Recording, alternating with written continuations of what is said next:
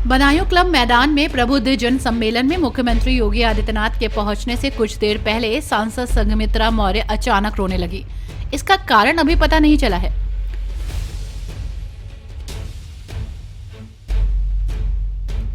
कुछ मिनट बाद वो सामान्य हुई। तब तक मुख्यमंत्री भी आ चुके थे। आपको बता दें कि सांसद संघमित्रा मौर्य स्वामी प्रसाद मौर्य की बेटी हैं। इस बार भाजपा ने उनका टिकट काटकर दुर्विजय शाक्य को प्रत्याशी बनाया है। मंच पर भावुक होने को लेकर जब संघमित्रा से सवाल किए गए तो उन्होंने कहा कि उनके पास गुलाब देवी बैठी थी। वो राजा दशरथ की कहानी बहुत भावुक तरीके से सुना रही थी। वही सुनकर आंख नम हो गई और कोई बात नहीं है। पर हमारे बगल में प्रदेश की मंत्री आदरणीय गुलाब देवी जी बैठी हुई थी और उस वक्त कार्यक्रम नहीं चल रहा था, तो आदरणीय मंत्री जी एक राजा दशरथ की कहानी सुना रही थी और वो कहानी भावुक था, मार्मिक था। तो निश्चित तौर पर महिला होने के नाते भावुक होना एक स्वाभाविक विषय है और सिर्फ उस कहानी की वजह से आंखें नम हुई थी।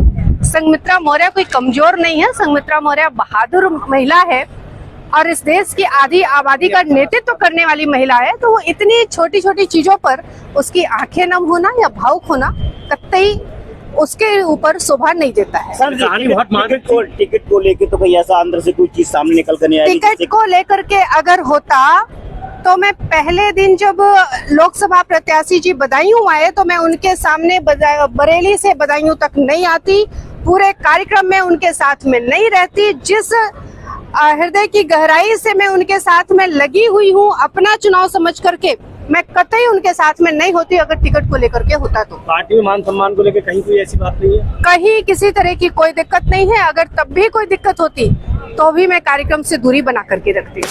वहीं बीजेपी प्रत्याशी दुर्गविजय शाक्य ने कहा कि हो सकता है कि 5 वर्ष उन्होंने जनता के साथ काम किया है, उन्हें याद आ रही होगी। आज आपके बगल में बैठे हुए थे मुख्यमंत्री जी, दूसरी तरफ आपकी बैठी हुई डॉक्टर संघमित्रा मौर्य। आखिर ऐसा क्या हुआ कि संघमित्रा मौर्य जी मंच से रोने लगे? आपने उन्हें समझाने का भी प्रयास किया? कहाँ मंच से रोने? किसने कहा? नहीं, अभी उनका है वो मंच से उनकी आंखें नम हुई, वो रोई है मंच पे। नहीं, संघमित्रा जी पहले दिन से ही बहुत मन से चुनाव लड़ा रही हैं और हमारे साथ हंस बोल करके पूरी तरह से उन्होंने कहा है कि मैं मजबूती के साथ में खड़ी हूँ। अभी उनका स्टेटमेंट आया, उन्होंने कहा कि मैं भावुक हो गई थी और उसलिए मेरे आंसू। उन्हें हो सकता है 5 वर्ष जनता के साथ काम किया है तो उन्हें याद आ रही होगी, लेकिन वो पूरी मनोयोग से चुनाव लड़ा रही है। पहले दिन से किसी को मनाना नहीं पड़ा, कहना नहीं पड़ा। मैं संघमित्रा जी का वास्तव में स्वागत करता हूँ और उन्होंने इस अपने व्यवहार से पार्टी की नजरों में नंबर बढ़ाने का काम किया।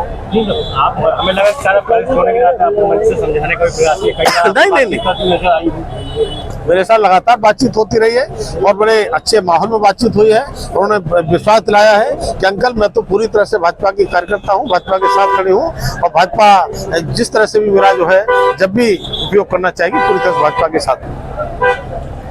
हर न्यूज अपडेट के लिए डिस्क्रिप्शन बॉक्स में दिए हुए लिंक से ज्वाइन करें रॉयल बुलेटिन का व्हाट्सएप ग्रुप और पाएं हर खबर सबसे पहले अपने व्हाट्सएप पर।